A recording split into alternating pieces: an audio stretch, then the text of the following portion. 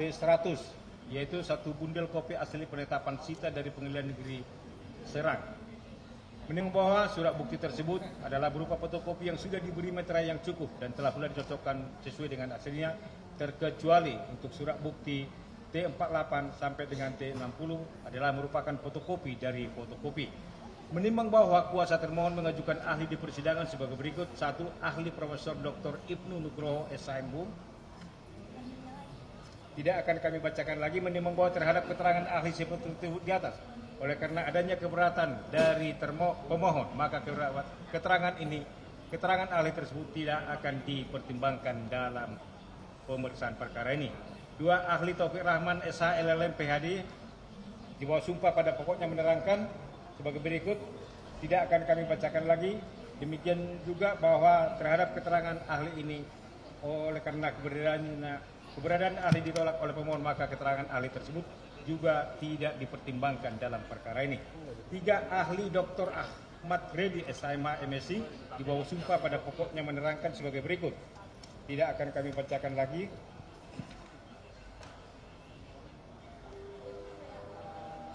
Ahli Effendri Sihombing SE MSc pada pokoknya di bawah sumpah pada pokoknya menerangkan sebagai berikut. Tidak akan kami bacakan lagi.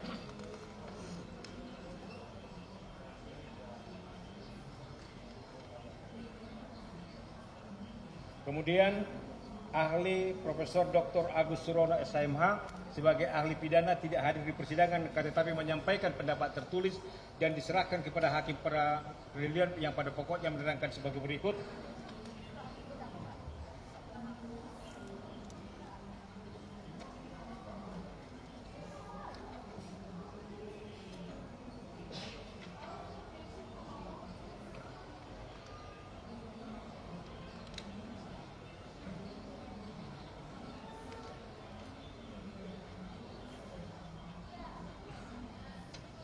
Menimbang bahwa terhadap pendapat tertulis dari ahli yang diserahkan termohon tersebut, oleh karena tidak disertai bukti sumpah atau tidak diberikan atas sumpah, maka pendapat tertulis tersebut juga tidak akan dipertimbangkan dalam perkara ini.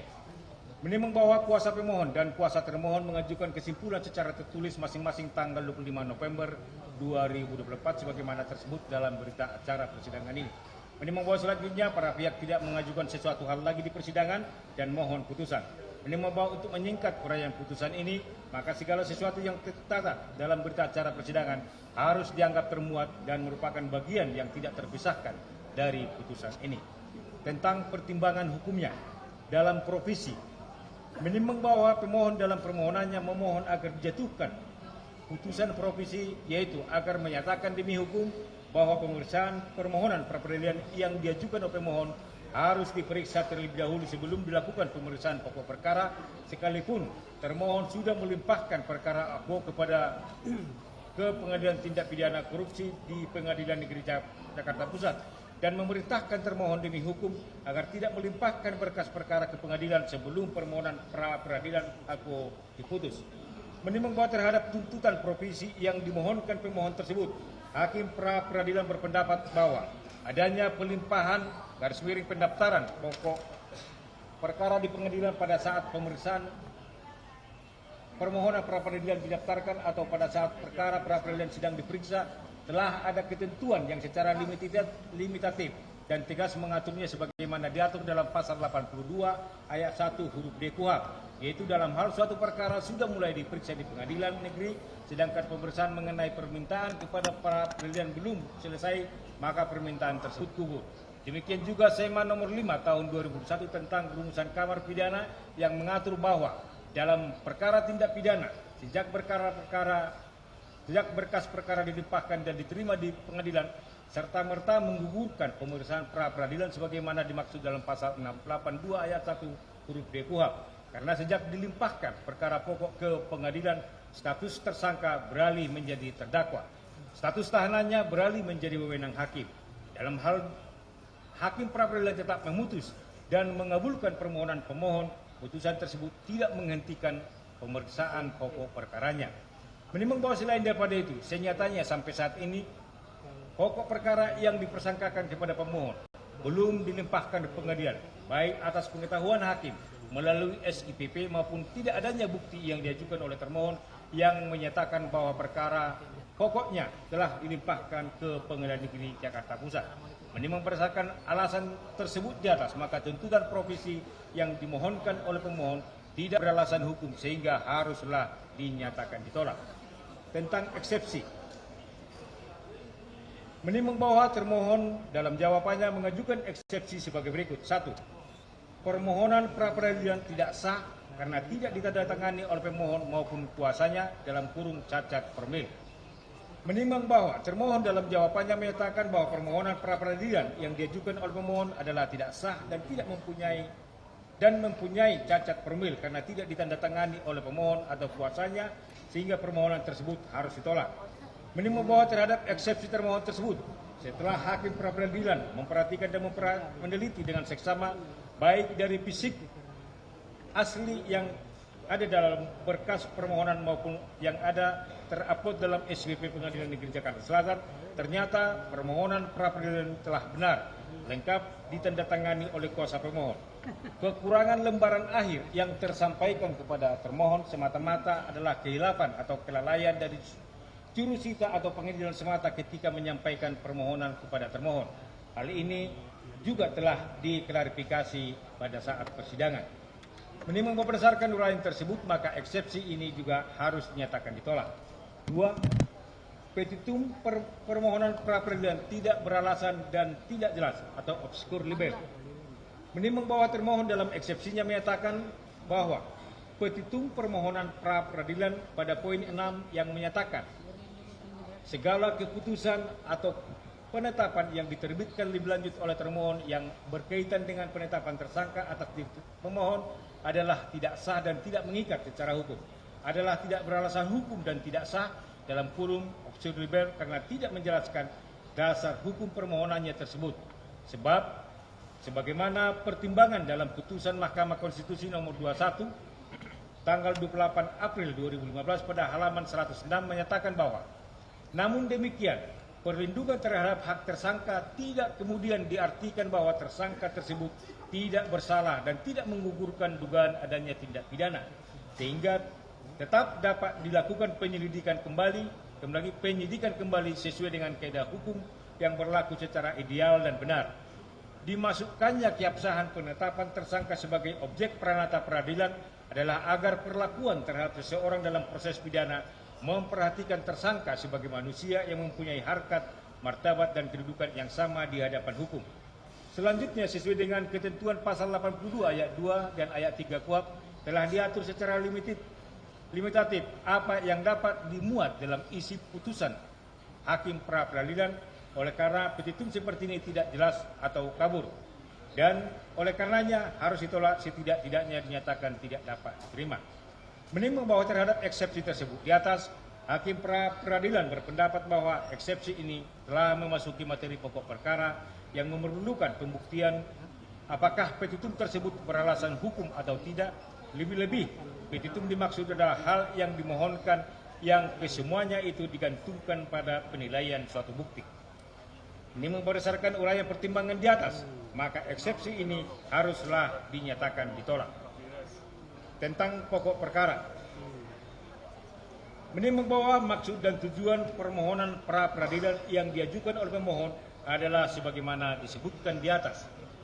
Menimbang bahwa pada pokoknya permohonan pra-peradilan yang diajukan oleh pemohon adalah tentang sah tidaknya, kembali tentang tidak sahnya penetapan tersangka pemohon berdasarkan surat penetapan tersangka Direktur Penyidikan Jaksa Agung Muda Tindak Pidana Khusus nomor TAP 60/F-2/10/2/10/24 tanggal 29 Oktober 2024 dengan alasan pemohon tidak diberikan kesempatan untuk menunjuk penasihat hukum pada saat ditetapkan sebagai tersangka dan diperiksa sebagai tersangka untuk pertama kalinya. Penetapan tersangka tidak didasarkan pada bukti permulaan berupa minimal 2 alat bukti sebagaimana diatur dalam pasal 184 KUHP. Penetapan tersangka pemohon oleh pemohon dilakukan secara sewenang-wenang atau tidak sesuai dengan hukum acara yang berlaku. Pemohon sudah tidak menjabat sebagai Menteri Perdagangan sejak tanggal 27 Juli 2016 sehingga Menteri Perdagangan lain juga harus diperiksa dalam perkara ini, serta juga tidak sahnya penetapan penahanan pemohon berdasarkan surat perintah penahanan Direktur Penyidikan Jaksa Agung Muda Tindak Pidana Khusus nomor PRIN 50/F.2/FD tanggal 29 Oktober 2024 karena tidak memenuhi syarat objektif dan subjektif penahanan. Menimbang bahwa untuk menguatkan dalil permohonannya, pemohon telah mengajukan bukti surat yang diberi tanda P1 sampai dengan P26 dan mengajukan 6 orang ahli yang nama dan keterangannya seperti tersebut di atas. Menimbang bahwa termohon menolak dalil-dalil permohonan pemohon tersebut dengan alasan penetapan tersangka terhadap termohon yang dilakukan oleh termohon telah berdasarkan hukum dan sah menurut hukum yang didahului dengan adanya penyelidikan perkara aku berdasarkan surat perintah penyelidikan dari Direktur Penyidikan pada Jaksa Agung Tindak Pidana Khusus nomor 29 tanggal 31 Juli 2023. Kemudian melakukan penyidikan dalam perkara aku dengan cara menerbitkan surat perintah penyidikan Direktur Penyidikan Jaksa Agung Muda Tindak Pidana Khusus nomor 54 tanggal 3 Oktober 2024. Kemudian 2023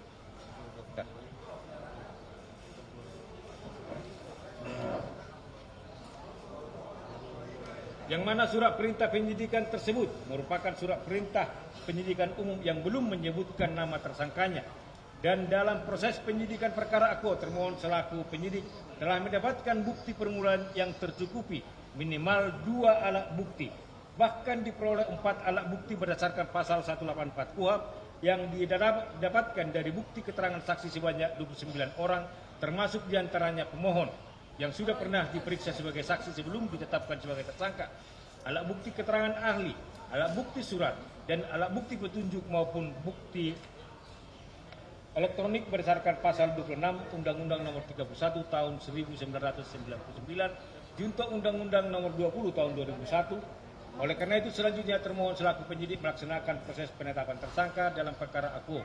Demikian juga mengenai penahanan terhadap pemohon telah berdasarkan hukum dan sah menurut hukum. Menimbang bahwa untuk mendukung alasan penolakan tersebut, termohon telah mengajukan bukti surat yang diberi tanda T1 sampai dengan T100, kemudian T102, dan mengajukan 4 orang ahli yang nama keterangannya sebagaimana tersebut di atas, dan juga mengirimkan pendapat ahli secara tertulis di persidangan. Bahwa setelah membaca dan meneliti dengan seksama surat permohonan pemohon dan jawaban termohon serta bukti surat dan pendapat ahli yang diajukan di persidangan oleh pemohon maupun termohon, maka perlu dipertimbangkan terlebih dahulu ruang lingkup lembaga pra-peradilan sebagai berikut.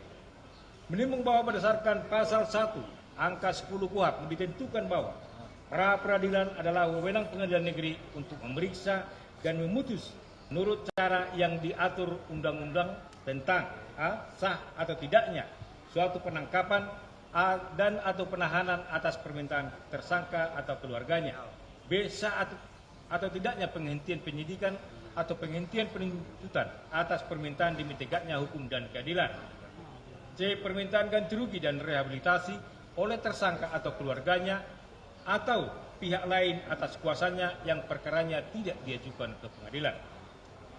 Menimbang bahwa selanjutnya berdasarkan pasal 77 KUHP disebutkan bahwa pengadilan negeri berwenang untuk memeriksa dan memutus sesuai dengan ketentuan yang diatur dalam undang-undang ini tentang a. sah atau tidaknya penangkapan, penahanan, penghentian penyidikan, dan penghentian penuntutan, ganti rugi dan rehabilitasi bagi seorang yang perkara pidananya dihentikan pada tingkat penyidikan dan penuntutan. Menimbang bahwa kemudian selain daripada itu Mahkamah Konstitusi dalam putusan Mahkamah Konstitusi nomor 21 tanggal 28 April 2015 telah memperluas lingkup kewenangan pra-peradilan sehingga mencakup sah atau tidaknya penetapan tersangka, penggeledahan, dan penyitaan. Menimbang bahwa berdasarkan pasal 2 ayat 2 Peraturan Mahkamah Agung nomor 4 tahun 2016 tentang larangan peninjauan kembali putusan pra-peradilan dengan tegas disebutkan bahwa pemeriksaan pra-peradilan terhadap permohonan tentang tidak sahnya penetapan tersangka hanya menilai aspek formil, yaitu apakah ada paling sedikit 2 alat bukti yang sah dan tidak memasuki pokok perkara. Lebih lanjut dalam pasal 4 disebutkan bahwa persidangan pra-peradilan tentang tidak sahnya penetapan tersangka, penyitaan dan penggeledahan dipimpin oleh hakim tunggal karena sifat pemeriksaannya yang tergolong singkat dan pembuktiannya hanya memeriksa aspek formilnya. Menimbang bahwa setelah membaca dan meneliti dengan seksama surat permohonan pemohon, jawaban termohon dan surat bukti dan alat bukti yang diajukan tersebut, maka hakim akan mempertimbangkan alat bukti yang ada korelasi maupun relevansinya dengan pokok persengketaan dalam perkara pra-peradilan ini. Sepanjang pembuktiannya hanya memeriksa aspek formilnya dan tidak memasuki materi perkara, sehingga terhadap bukti-bukti yang tidak ada relevansinya akan dikesampingkan.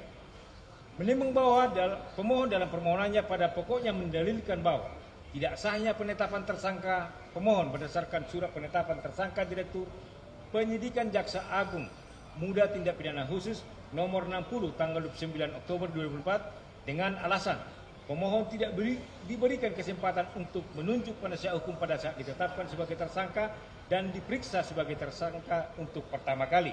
Penetapan tersangka termohon tidak didasarkan pada bukti permulaan minimal 2 alat bukti sebagaimana diatur dalam pasal 184 KUHP. Penetapan tersangka pemohon oleh termohon dilakukan secara sewenang-wenang, tidak sesuai dengan hukum acara yang berlaku.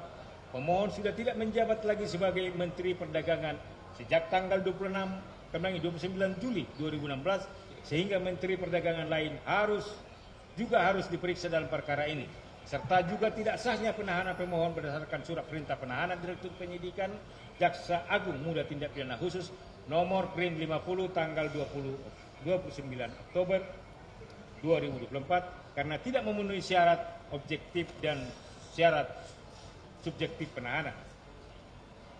Menimbang bahwa oleh karena lembaga pra-peradilan pada asasnya adalah lembaga yang mengawasi dan menguji atas tindakan-tindakan yang dilakukan oleh penyidik atau penuntut umum sebagaimana sarana pengawasan horizontal atas upaya paksa yang dilakukan oleh aparat penegak hukum untuk kepentingan pemeriksaan perkara pidana agar tindakan aparat penegak hukum tersebut tidak melanggar peraturan perundang-undangan, maka beban pembuktian dalam perkara akuo lebih ditekankan kepada termohon dengan tidak mengurangi bila mana ada bukti yang akan mendukung yang akan diajukan oleh pemohon sendiri.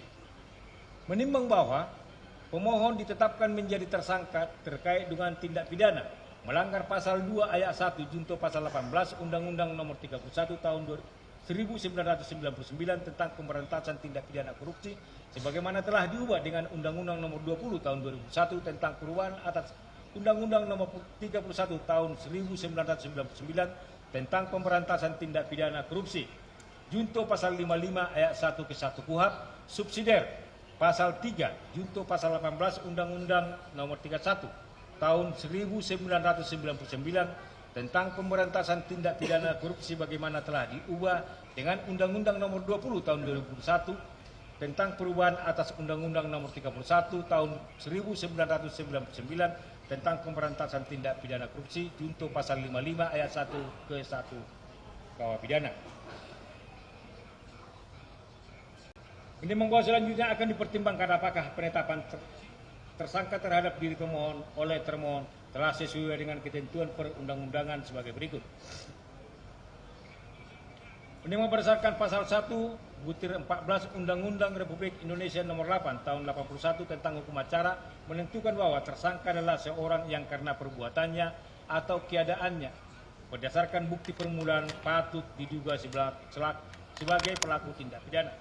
Menimbang bahwa yang dimaksud dengan bukti permulaan sebagaimana disebutkan dalam ketentuan pasal 1/14 Undang-Undang RI Nomor 8 tahun 81 tentang hukum acara pidana di atas dapat disimpulkan dari ketentuan pasal 183 Undang-Undang Nomor 8 tahun 81 tentang hukum acara pidana yang berbunyi, hakim tidak boleh menjatuhkan pidana kepada seseorang kecuali apabila dengan sekurang-kurangnya 2 alat bukti yang sah memperoleh keyakinan bahwa suatu tindak pidana benar-benar terjadi dan bahwa terdakwalah yang bersalah melakukannya. Berdasarkan uraian di atas, maka untuk menetapkan seorang menjadi tersangka harus dipenuhi adanya syarat objektif, yaitu adanya bukti permulaan sebagai dasar dugaan bahwa orang tersebut sebagai pelaku tindak pidana, serta syarat subjektif, yaitu orang yang diduga pelaku tindak pidana yang ditetapkan sebagai tersangka didasarkan setidak-tidaknya dua alat bukti yang sah, di mana dugaan yang dibangun oleh penyidik secara subjektif harus memiliki hubungan timbal balik dengan bukti-bukti yang didapatkan dari proses pemeriksaan sebagai syarat objektif yang ditentukan oleh undang-undang. Ini membawa pada halnya sesuai dengan dasar kewenangan yang dimiliki oleh termohon tentang penyelidikan sesuai dengan hukum acara pidana dan Undang-Undang Nomor 31 Tahun 1999, di mana berdasarkan pasal 1 angka 5 KUHP disebutkan penyelidikan adalah serangkaian tindakan penyelidik untuk mencari dan menemukan suatu peristiwa yang diduga sebagai tindak pidana guna menentukan dapat atau tidaknya dilakukan penyidikan menurut cara yang diatur dalam undang-undang ini.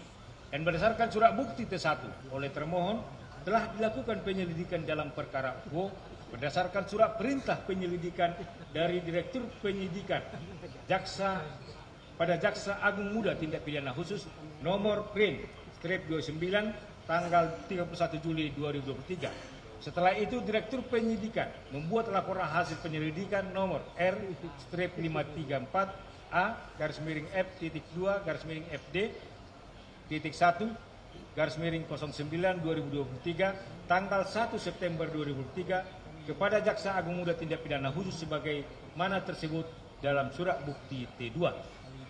Menimbang bahwa dari surat bukti T3 dan surat bukti T3A termohon telah melakukan ekspos atau gelar perkara penyelidikan sebagaimana tertuang dalam nota dinas laporan hasil ekspos tanggal 3 Oktober 2023 yang hasilnya menyetujui untuk ditingkatkan ke tahap penyidikan, kemudian ditindaklanjuti dengan pembuatan laporan terjadinya tindak pidana pada tanggal 3 Oktober 2023. Menimbang berdasarkan surat bukti T4 yaitu surat perintah penyidikan Direktur Penyidikan Jaksa Agung Muda Tindak Pidana Khusus nomor PRIN-54 tanggal 3 Oktober 2023 diperoleh fakta bahwa termohon selaku penyidik telah melakukan pengumpulan alat bukti untuk membuat terang perkara dan untuk menemukan tersangkanya, di mana surat perintah penyidikan tersebut merupakan surat perintah penyidikan umum yang belum menyebutkan nama tersangkanya.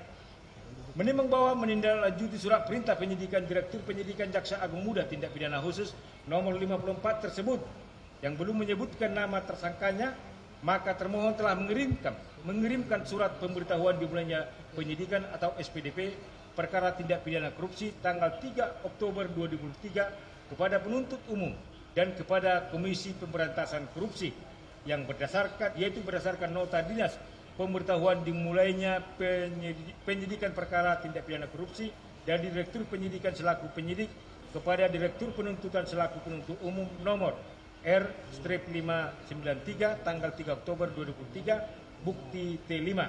Surat Direktur Penyidikan Jaksa Agung Muda Tindak Pidana Khusus kepada Ketua Komisi Pemberantasan Korupsi nomor 2467/F-2/FD.2/10/2023 tanggal 3 Oktober 2023 tentang pemberitahuan penyidikan perkara tindak pidana korupsi sesuai dengan bukti T6-nya. Menimbang bahwa selanjutnya setelah diterbitkan surat perintah penyidikan sebagaimana tersebut di atas, termohon telah melakukan pemeriksaan saksi-saksi sebagaimana termuat dan tersebut dalam surat bukti T7 sampai dengan T31 yaitu pemeriksaan saksi-saksi mana dituangkan dalam berita acara saksi.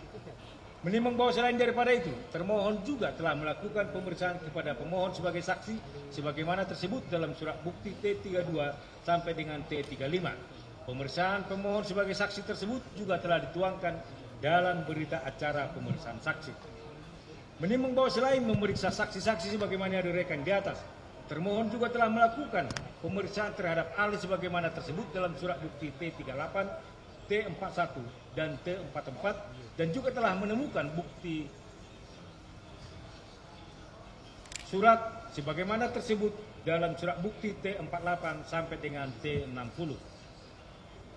Menimbang bahwa surat bukti T45, T46 diperoleh fakta bahwa BPKB dalam menindaklanjuti permintaan penyidik telah melakukan ekspos bersama antara penyidik dengan auditor BPKP sehingga terbit berita acara atau risalah hasil ekspos antara penyidik dengan auditor BPKP tanggal 9 November 2023 yang menghasilkan kesimpulan bahwa terdapat perbuatan melawan hukum berupa penyimpangan dalam kegiatan importasi gula kristal mentah untuk diproduksi menjadi gula kristal putih yang tidak sesuai dengan Undang-Undang RI Nomor 19 Tahun 2013 tentang perlindungan dan pemberdayaan petani. Kepmen Perindak nomor 527 garis miring MPP garis miring Kep garis miring 9 garis miring 2024 Undang-Undang RI nomor 18 tahun 2012 tentang pangan dan Permendak nomor 117 tahun 2015 yang mengakibatkan kerugian negara. Menimbang bahwa ada surat bukti 61 berupa nota dinas nomor 95 tanggal 21 Oktober 2024 diperoleh fakta bahwa termohon telah melakukan ekspos perkara tentang penetapan tersangka dalam perkara penyidikan dugaan tindak pidana korupsi dalam kegiatan importasi gula di Kementerian Perdagangan tahun 2015 sampai dengan tahun 2003 yang selanjutnya penetapan tersangka dilanjutkan dengan penetapan tersangka yaitu pemohon sendiri. Menimbang bahwa termohon selain melakukan pemeriksaan terhadap saksi dan ahli, termohon juga telah mengeluarkan surat perintah penyitaan sebagaimana tersebut dalam surat bukti T78 sampai dengan surat bukti T81 dan telah pula melakukan penyitaan terhadap berbagai barang bukti elektronik yang dituangkan dalam berita acara penyitaan barang bukti elektronik sebagaimana tersebut dalam surat bukti T82 sampai dengan T92. Menimbang berdasarkan surat bukti sebagaimana diuraikan di atas, maka diperoleh fakta hukum bahwa termohon sejak diterbitkannya penyidikan telah menemukan adanya bukti keterangan saksi sebanyak 29 orang dan keterangan ahli sebanyak 3 orang, serta adanya berbagai surat bukti berupa dokumen yang disertai berita acara penyitaan, serta adanya alat bukti petunjuk berupa barang bukti elektronik sebagaimana tersebut dalam surat bukti T82 sampai dengan 92 berupa hard disk, beberapa handphone dengan berbagai merek diantaranya iPhone, handphone Galaxy, Redmi dan lain-lain dan juga beberapa email.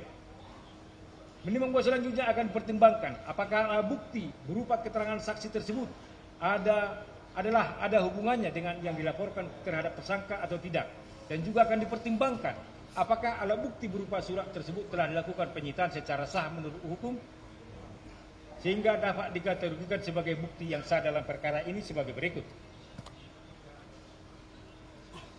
Menimbang bahwa setelah memperhatikan isi dari berita acara pemeriksaan saksi-saksi dan ahli seperti tersebut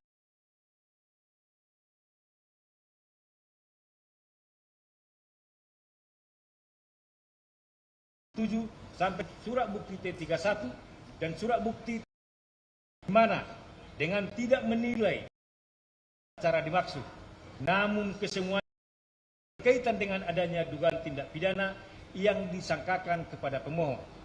Kebenaran keterangan saksi-saksi tersebut hanyalah dapat diuji kebenaran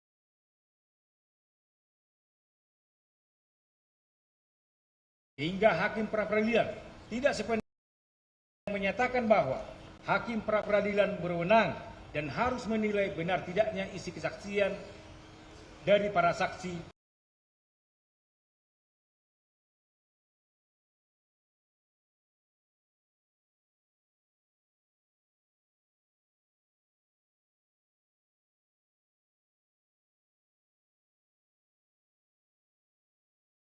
T575 sampai dengan 92 telah dimohonkan ke Pengadilan Negeri Jakarta Pusat sesuai dengan surat 96. Permohonan persetujuan mana telah disetujui atau dikeluarkan penetapannya sesuai dengan surat bukti T97 sampai dengan T100. Oleh karenanya surat bukti tersebut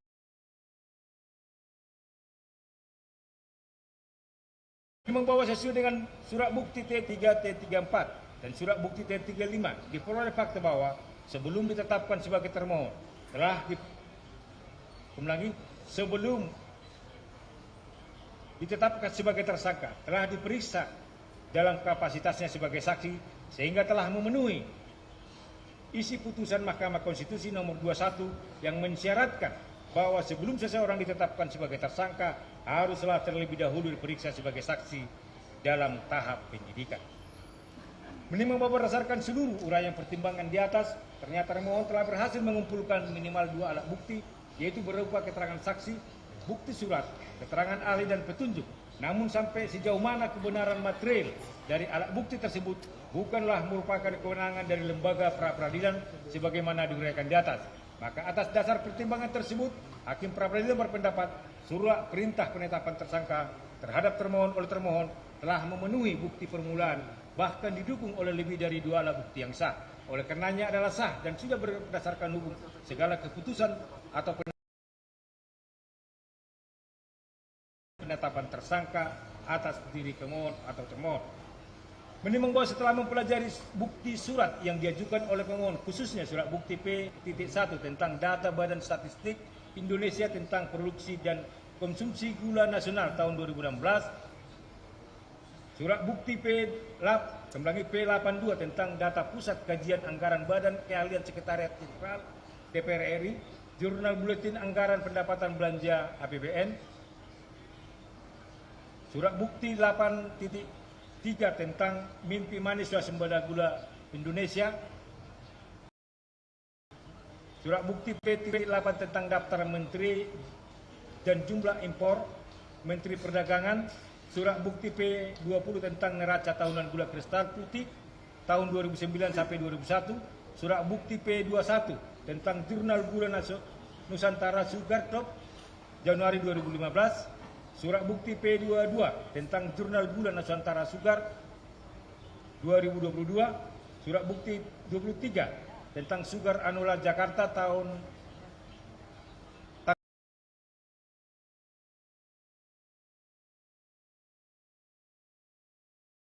surat bukti 24 tentang Sugar Annual Jakarta, surat bukti P25 tentang Butan 2018 swasembada gula tentang lampiran satu keputusan Menteri Perindustrian dan Perdagangan nomor 527, surat pengakuan sebagai importir produsen gula kristal rafinasi, surat bukti 26 tentang laporan hasil pemeriksaan Badan Pemeriksa Keuangan Republik Indonesia,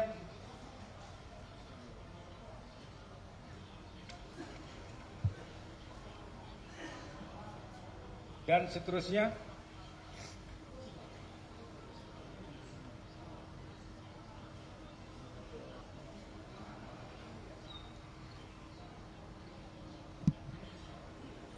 Maka oleh karena surat bukti tersebut diajukan oleh pemohon tidak telah memasuki pokok perkara, maka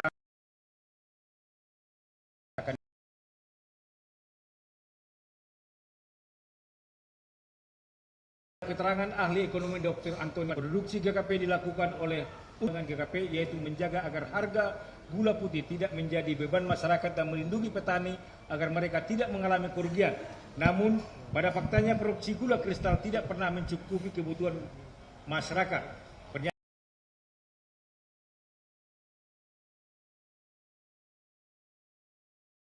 Di situs Informatika Provinsi Jawa Timur tanggal 19 Mei 2012 menceritakan kondisi industri gula nasional yang sangat memprihatinkan ketika itu, di mana persediaan gula nasional harus terus menipis sampai akhir 2015 mencapai hanya sekitar 300.765 ton, sedangkan konsumsi gula hingga Lebaran 18 Juli 2012 diperkirakan mencapai 400.000 ton, sehingga dikhawatirkan akan menjadi kelangkaan gula. Seperti dikatakan Ahmad Wijaya, bila mana pemerintah tidak mengantisipasi kondisi ini, maka stok gula nasional setelah Lebaran akan kosong, sehingga kebijakan impor yang dilakukan adalah gula menstabilkan pasokan gula di dalam negeri merupakan langkah strategis, bukan berdasarkan motif keuntungan.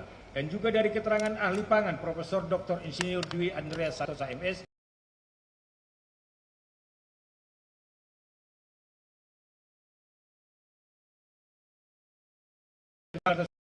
gula di masyarakat meningkat karena pertambahan penduduk. Pertumbuhan gula dengan laju yang lebih cepat terjadi untuk industri makanan dan minuman.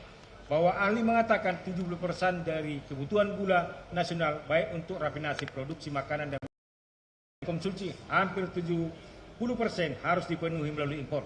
Luas panen untuk tebu praktis tidak mengalami perubahan selama 43 tahun terakhir ini dengan kisaran seluas 350.000 sampai 450.000 hektar. peningkatan produktivitas tebu tidak mampu mengimbangi penurunan luas panen sehingga produksi gula 2015 turun sebesar 81.000 ton. Penurunan produksi gula nasional yang berasal dari perkebunan tebu di Indonesia sebesar 300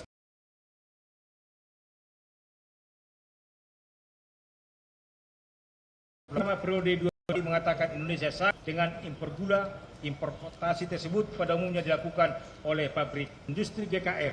Di sisi lain, perusahaan-perusahaan nasional BUMN pada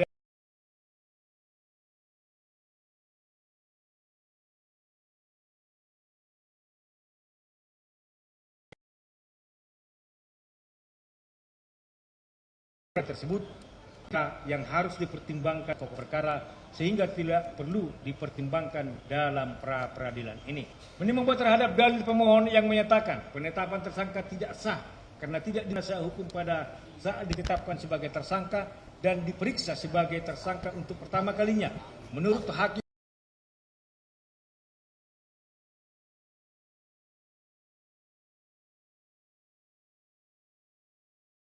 tersebut tidak surat penasihat hukum untuk mendampingi tersangka nomor B34 tanggal 29 Oktober 2024, termohon telah menunjuk penasihat hukum untuk mendampinginya untuk kepentingan pemeriksaan awal. Lebih-lebih lagi, berdasarkan surat bukti T65, berita acara pemeriksaan tanggal 29 Oktober memeriksa pokok perkaranya. Perkara baru diperiksa setelah pemohon menunjuk sendiri penasihat hukumnya sesuai dengan surat bukti 5A, yaitu surat kuasa penunjukan penasihat hukum tanggal 30 Oktober 2024 kepada Dr. Ari Yusuf Amir SHMH dan kawan-kawan yang dilanjutkan pemeriksaan lanjutan tanggal 1 November 2024, yaitu sesuai dengan surat bukti T66, yaitu berita acara pemeriksaan lanjutan tersangka atas nama Thomas Trikasi Lembong pada hari Jumat tanggal 1 November 2024. Menimbang bahwa terhadap dalil pemohon yang menyatakan penetapan tersangka tidak sah karena penetapan tersangka termohon oleh termohon dilakukan secara sewenang-wenang tidak sesuai dengan hukum yang berlaku, di mana termohon belum mendapat menentukan aktual loss kerugian negara akibat dugaan tindak pidana korupsi yang dilakukan oleh pemohon.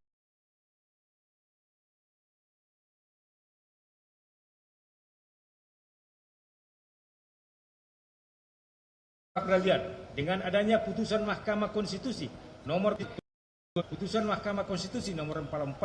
tanggal 17 September 2013, putusan Mahkamah Konstitusi nomor 25 tanggal 25 Januari 2013 yang mengatur berkenaan dengan unsur dapat merugikan keuangan negara atau perekonomian rakyat negara tersebut dalam pasal 2 ayat 1 dan pasal 3 Undang-Undang Tipikor, maka dapat disimpulkan bahwa bahwa putusan MK nomor 003 menegaskan adanya ketentuan bahwa jika terdapat pembuktian unsur memperkaya diri dan atau orang lain atau suatu korporasi dengan cara melawan hukum atau penyalahguna kewenangan telah terbukti, maka pembuktian jumlah kerugian negara cukup sebatas telah terjadi dan dapat dihitung oleh ahli bidangnya, tidak harus berupa perhitungan kerugian yang akurat dan benar.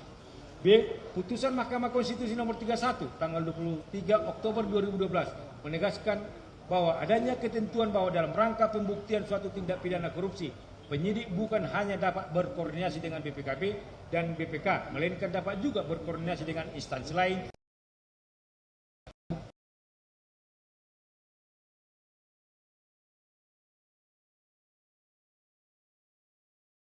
atau dengan meminta bantuan dari inspektor, bahkan dari pihak-pihak lain yang dapat menunjukkan kebenaran kerugian negara dan atau dapat membuktikan perkara yang sedang ditangani. C. Putusan Mahkamah Konstitusi nomor 44 tanggal 17 September 2023 menegaskan bahwa ketentuan bahwa unsur dapat negara dan perekonomian negara cukup dibuktikan adanya fakta tentang kerugian keuangan negara yang dapat dibuktikan dan dapat dihitung oleh ahli di bidang keuangan negara, perekonomian negara, serta ahli dalam analis hubungan perbuatan dan kerugian. D. Putusan Mahkamah Konstitusi nomor 25 menegaskan adanya ketentuan bahwa unsur merugikan keuangan negara tidak lagi dipahami sebagai perkiraan atau potensial loss, namun harus dipahami benar-benar sudah terjadi dan nyata aktual loss yang intinya sebagai kerugian yang sudah dapat dihitung jumlahnya berdasarkan hasil temuan instansi yang berwenang atau akuntan publik yang ditunjuk. Berdasarkan uraian di atas dapat diketahui makna kerugian negara yang nyata telah terjadi actual loss yang dimaksud adalah kerugian negara yang sudah terjadi dan nyata yang sudah dapat dihitung jumlahnya oleh ahli bidang keuangan negara, perekonomian negara serta ahli dalam analisis hubungan perbuatan dengan kerugian. Artinya kerugian tersebut sudah terjadi dan nyata, bukan yang akan menjadi kerugian. Tetapi sudah ada wujud kerugiannya, baik dari sisi periode waktu,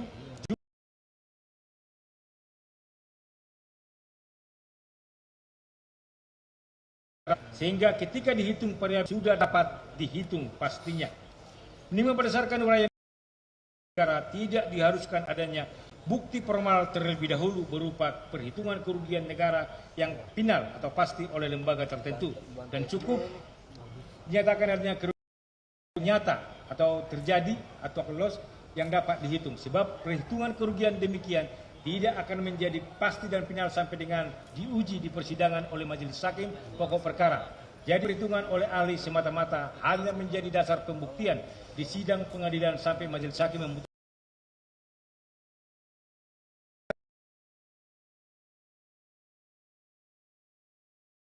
perhitungan kerugian bukti-bukti yang diuji di persidangan.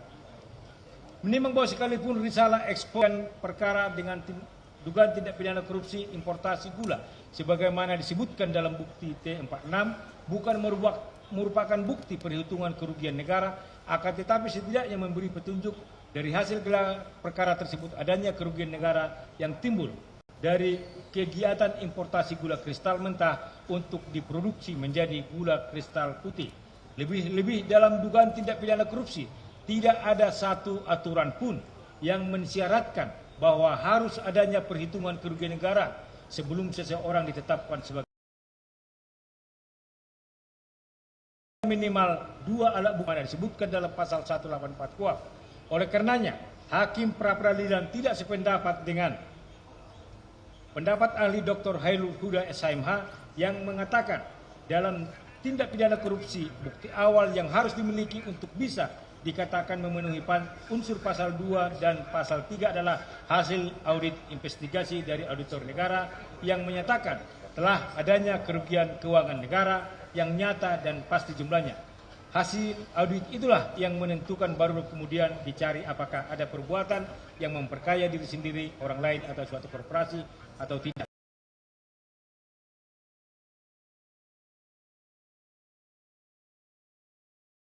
Penetapan tersangka.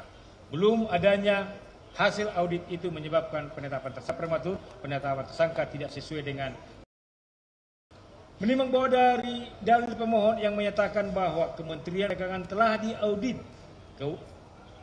keuangan oleh BPK sehingga tidak terdapat adanya kerugian negara dengan mengajukan surat bukti P26 yaitu laporan hasil pemeriksaan Badan Pemeriksa Keuangan Negara Keuangan Republik Indonesia Auditor Utama Keuangan Negara 2 atas perencanaan, pelaksanaan, dan pengawasan tata niaga impor tahun 2015 sampai dengan semester 1 tahun 2017 nomor 47 tanggal 2 Maret 2018 dan instansi entitas terkait dan tidak terdapat kerugian negara.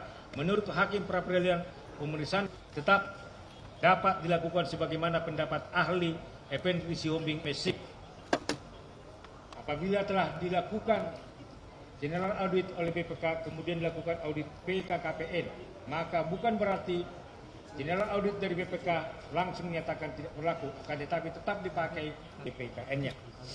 Minimal sebagai tindak lanjut dari hasil ekspos sebagaimana dimaksud dalam surat bukti T46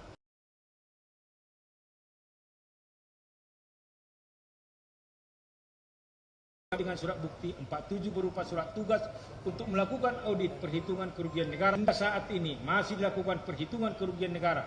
Oleh karenanya, penentuan besar diketahui di ujung pemeriksaan termasuk ditentukan majelis hakim dalam putusan pokok perkaranya. Menimbang bahwa terhadap dalil pemohon yang menyatakan Penetapan tersangka tidak sah karena pemohon sudah tidak menjabat sebagai Menteri Perdagangan sejak tanggal 27 Juli 2016, sehingga Menteri Perdagangan lain harus diperiksa dalam perkara ini, di mana surat penetapan tersangka Direktur Penyidikan Jaksa Agung Muda Tindak Pidana Khusus nomor 60 diketahui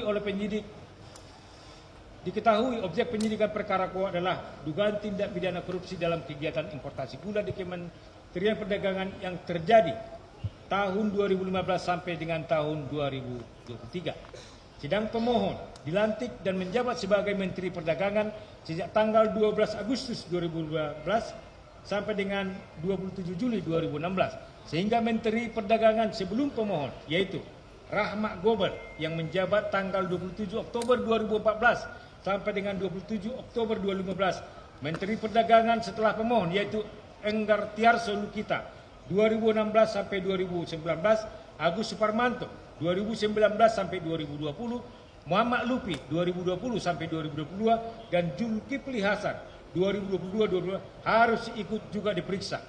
Menurut Hakim Pra-Peradilan, alasan tersebut di luar materi pra-peradilan dan diserahkan sepenuhnya kepada termohon sebagai penyidik. Hakim Pra-Peradilan tidak dapat menyimpulkan apakah perkara yang dialami oleh pemohon adalah sebagai bentuk kriminalisasi ataupun politisasi. Menimbang bahwa selanjutnya akan dipertimbangkan apakah perbuatan pemohon dalam mengeluarkan kebijakan diskresi tersebut termasuk dalam lingkup hukum administrasi semata yang tidak bisa dipidana. Menurut Hakim Pra-Peradilan dan berdasarkan pendapat ahli hukum administrasi negara, yaitu Profesor IGD Panca Istawa yang diajukan oleh pemohon, dan juga pendapat ahli hukum administrasi negara Dr. Ahmad Reddy SH MH MSc yang diajukan oleh termohon, di mana sepanjang kebijakan tersebut murni administrasi negara maka tidak dapat dihukum.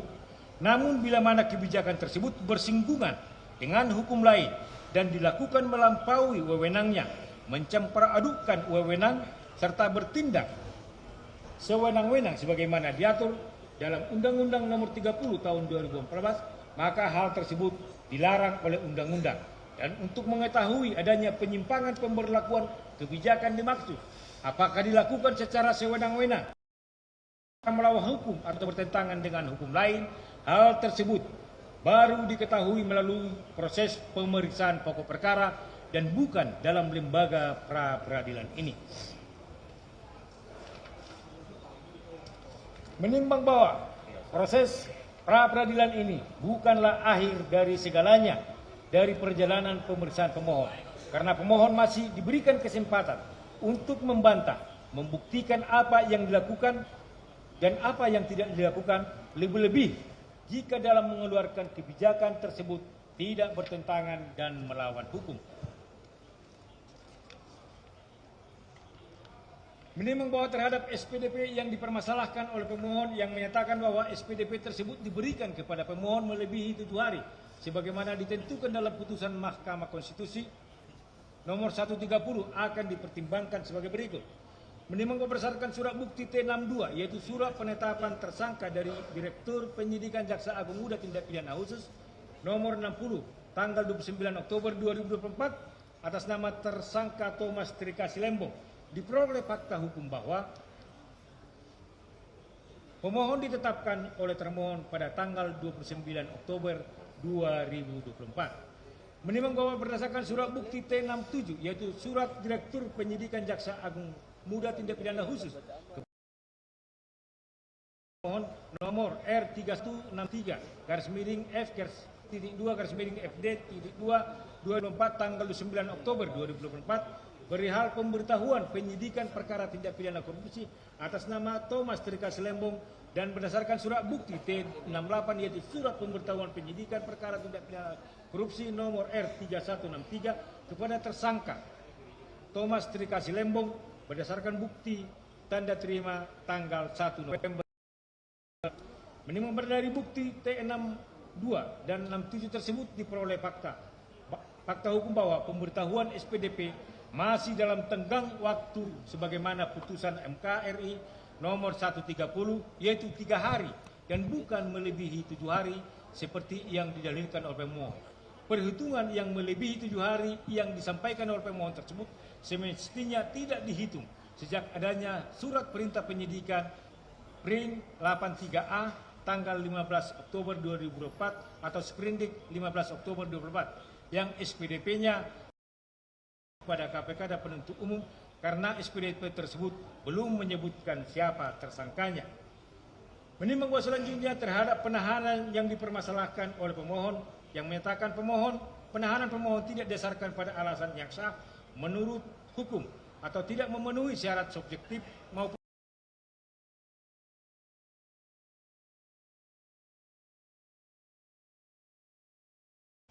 pada sebagai suatu penahanan yang tidak sah bila mana penahanan yang dilakukan oleh pejabat penahanan tidak disertai surat perintah penahanan dan tidak menyampaikan tembusan kepada keluarga ataupun tersangkanya, penahanan yang tidak menyebutkan alasan yang jelas, penahanan tidak menyebutkan atau menguraikan tindak pidana yang menjadi dasar penahanannya tidak memenuhi syarat berdasarkan ketentuan pasal 21 ayat 4 KUHP, penahanan melebihi batas waktu dan penahanan terhadap pejabat tertentu yang tidak mendapat izin atau persetujuan sebagaimana ditentukan oleh undang-undang. Menimbang bahwa suatu penahanan yang tidak memenuhi syarat objektif adalah syarat yang merujuk pada ketentuan pasal 21 ayat 4 KUHP dan dalam perkara ini tindak pidana yang disangkakan kepada pemohon adalah tindak pidana korupsi melanggar primer pasal 2 ayat 1 junto pasal 18 Undang-Undang Nomor 31 tahun 1999 tentang pemberantasan tindak pidana korupsi sebagaimana diubah dengan Undang-Undang Nomor 20 tahun 2001 tentang perubahan atas Undang-Undang Nomor 31 tahun 1999 junto pasal 55 ayat 1 KUHP subsidiar melanggar pasal 3 junto pasal 18 Undang-Undang Nomor 31 tahun 1999 tentang pemberantasan tindak pidana korupsi sebagaimana diubah dengan Undang-Undang Nomor 20 tahun 2001 tentang perubahan atas Undang-Undang Nomor 31 tahun 1999 junto pasal 55 ayat 1 KUHP pidana yang ancaman hukumannya lebih dari 5 tahun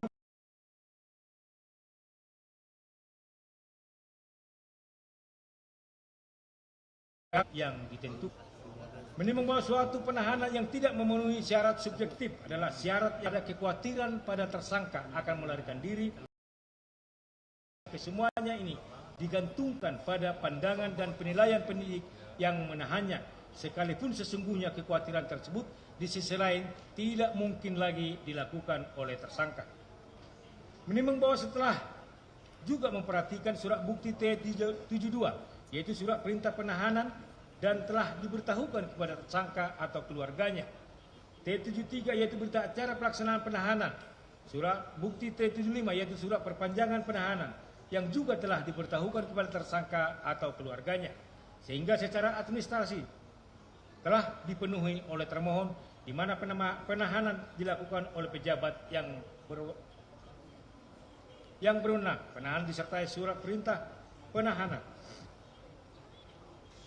dan menyampaikan tembusan kepada tersangka atau keluarganya. Penahanan menyebutkan atau menguraikan tindak pidana yang mendasarkan penahanan memenuhi syarat berdasarkan ketentuan pasal 21 ayat 4. Penahanan tidak waktu atau batas penahanan terhadap pemohon dan tidak perlu mendapat izin atau persetujuan sebagaimana ditentukan oleh undang. Menimbang berdasarkan uraian pertimbangan di atas, maka alasan penahanan pemohon yang didalilkan pemohon sebagaimana penahanan yang tidak sah adalah tidak berdasar hukum, oleh karenanya haruslah dinyatakan ditolak.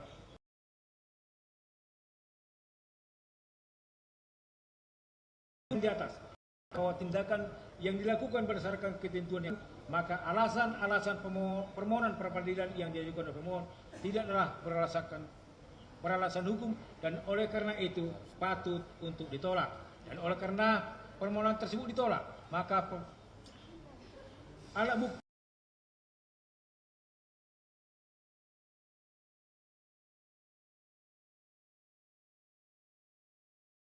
pemohon peradilan diajukan oleh pemohon ditolak seluruhnya, maka biaya yang timbul dalam permohonan ini haruslah mohon sejumlah nihil.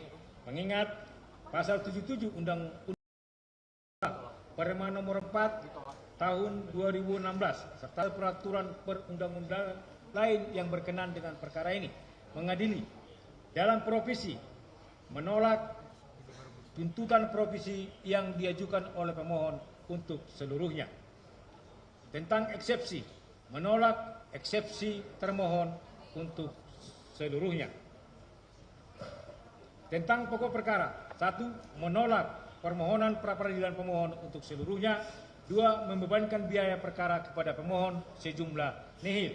Demikian diputuskan pada hari Selasa tanggal 26 November 2025 oleh kami, T. Marbun Sarjana Hukum Magister Hukum sebagai Hakim pra-peradilan pada Pengadilan Negeri Jakarta Selatan. Diucapkan dalam sidang yang terbuka untuk umum pada hari dan tanggal itu juga oleh hakim tersebut dengan dibantu Wijianto S.H. Panitera Pengganti Pengadilan Negeri Jakarta Selatan dengan dihadiri oleh kuasa pemohon dan juga oleh kuasa termohon. Itulah putusan dari majelis ya. Dengan